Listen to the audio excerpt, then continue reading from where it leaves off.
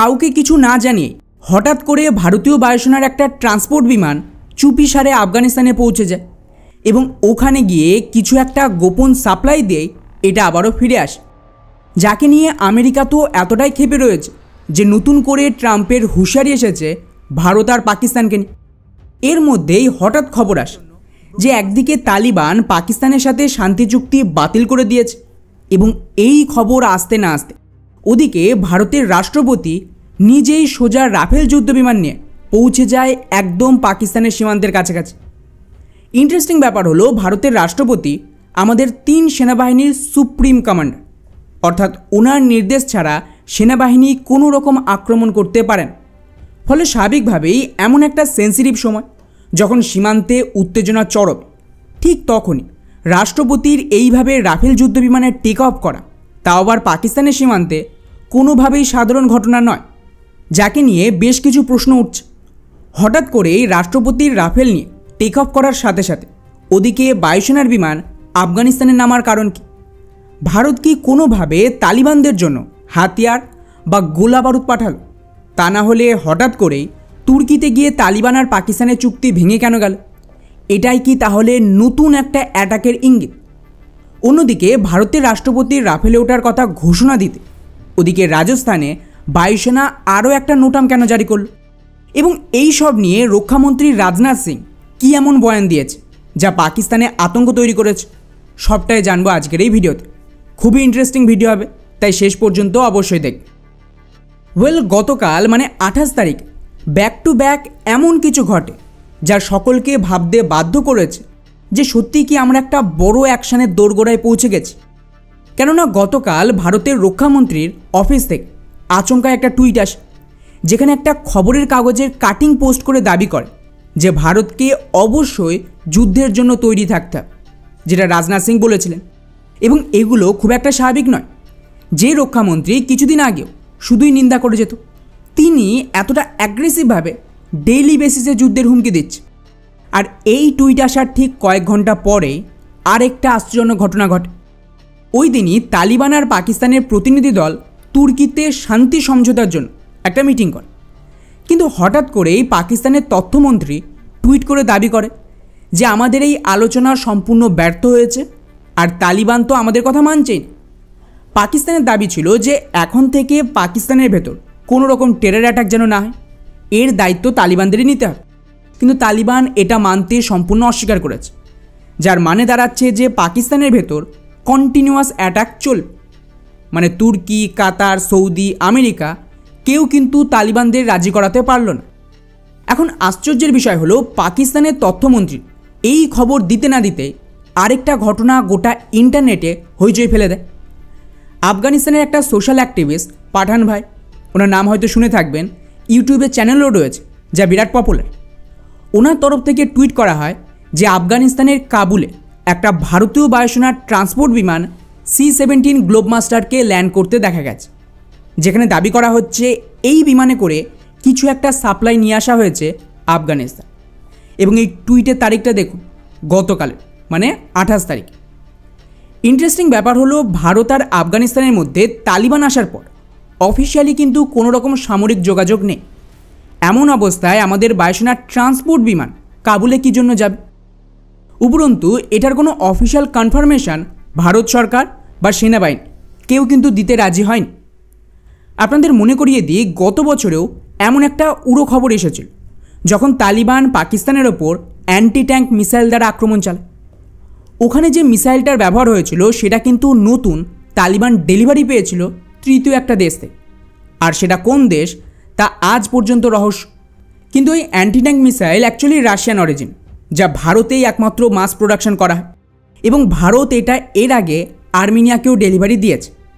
সবচেয়ে আশ্চর্যের বিষয়, ওই সময় এই ধরনের একটা উড়ো খবর এসেছিল যে ভারতের একটা ট্রান্সপোর্ট বিমান আফগানিস্তানে নেমেছে, তারও কোনো অফিসিয়াল কনফার্মেশন আজ পর্যন্ত আসেনি। ফলে এগেন সেমভাবে যখন তালিবান আর পাকিস্তানের শান্তি সমঝোতা বাতিল হলো, সেই দিন আমাদের ট্রান্সপোর্ট বিমান আফগানিস্তানে নামার খবর কোনোভাবেই স্বাভাবিক তো নয়। আর বন্ধুরা, যদি আপনারা একটু গড় করেন তাহলে বুঝতে পারবেন গতকাল যে রক্ষামন্ত্রীর হুমকি, তালিবানদের শান্তি সমঝোতা বাতিল আর ভারতে ট্রান্সপোর্ট বিমান কাবুলে নামার একটা উড়ো খবর আসে। তারপর হঠাৎ করে আমেরিকা এর মধ্যে ঝাঁপিয়ে পড়ে। খবরটা দেখুন। আবারও গতকাল ট্রাম্প দাবি করেছে যে ভারত আর পাকিস্তানের মধ্যে লড়াইয়ে 7টা নতুন বিউটিফুল বিমান শুটডাউন হয়েছে। শব্দটার উপরে খেয়াল করলেন, 7টা নতুন বিমান, অর্থাৎ বেসিক্যালি এখানে ভারতকে টার্গেট করছে। কেননা নতুন বলতে এই মুহূর্তে রাফেলই রয়েছে, যেটা রিসেন্টলি ভারত ডেলিভারি পেয়েছে। তো গতকালের ট্রাম্পের এই বয়ানটা কোনোভাবেই সাধারণ নয়। এখানে ট্রাম্প যতটা সম্ভব ভারতকে চাপে রাখতে চাইছে। কিন্তু রহস্য এখানেই শেষ নয়, বরং এটা আরও গভীরভাবে পেঁচিয়ে গেছে। ট্রাম্পের বয়ান আসার সাথে সাথে ভারতের রাষ্ট্রপতি ভবন থেকেও পাল্টা এমন কিছু বয়ান আসে যা পাকিস্তানের ভেতর একটা নতুন আতঙ্ক তৈরি করেছে। রাষ্ট্রপতি ভবন অফিসিয়ালি দাবি করে যে আমাদের 3 সেনাবাহিনীর supreme commander president Droupadi Murmu আগামীকাল মানে 29 তারিখে ভারতের সবচেয়ে আধুনিক আর নতুন বিমান রাফেলের শর্টি নেবে। এবং এই ভিডিওটা দেখেন, কিছু ঘন্টা আগে রাষ্ট্রপতি রাফেল বিমানের শর্টি নিয়েছেন আম্বালা এয়ারবেস থেকে, মানে পাকিস্তানের সীমান্তের কাছে। বিষয়টা একটু বেশি কাকতালীয় নয় যে ট্রাম্প ইঙ্গিত করল 7টা ব্র্যান্ড নিউ বিমান শুটডাউন হয়েছে, মানে রাফেলকে ইঙ্গিত করেছে। আর তার কয়েক ঘন্টার মধ্যেই আমাদের রাষ্ট্রপতি, যিনি সেনাবাহিনীর সুপ্রিম কমান্ডার, তিনিও ভারতের এই নতুন বিমানে করে টেক অফ করলেন পাকিস্তানের সীমান্ত। ডেফিনেটলি এটা একটা সিগন্যাল ছিল আমেরিকা আর পাকিস্তানের জন্য যে ট্রাম্পের মিথ্যা বয়ান কোনো কাজে আসবে না, আমাদের যা করার আমরা সেটা করব। আর শুধু তাই না, একদিকে আমাদের রাষ্ট্রপতি রাফেলের টেক অফ করার ঘোষণা হয়, অন্যদিকে ওই সেম দিনে মানে 28 তারিখেই বায়ুসেনা ঘোষণা দেয় আরও একটা নোটামে, তাও কিন্তু পাকিস্তানের সীমান্ত, যার আওতায় আগামী 2 তারিখ থেকে, ম্যাপটা দেখুন, পুরো রাজস্থানে পাকিস্তানের সীমান্ত বরাবর আমাদের বায়ুসেনা নিজেদের আলাদা করে একটা যুদ্ধাভ্যাস করবে। এটা কিন্তু ওই ত্রিশূল যুদ্ধাভ্যাসের থেকে একেবারে আলাদা। ফলে গতকাল একসাথে এতগুলো ঘটনা ঘটা কোনোভাবেই কাকতালীয় না, বরং ভালোভাবে নজর দিলে বুঝতে পারবেন সবটাই নিজেদের সাথে জুড়ে রয়েছে। আমার ধারণা এখানে 2 থেকে 3টে অ্যাকশন হতে পারে। প্রথমত, যেহেতু ভারত এত বড় লেভেলে যুদ্ধাভ্যাস করছে আর একের পর এক হুমকি আসছে, তাই পাকিস্তানকেও রেডি থাকতে হবে ভারতের হামলার জন্য।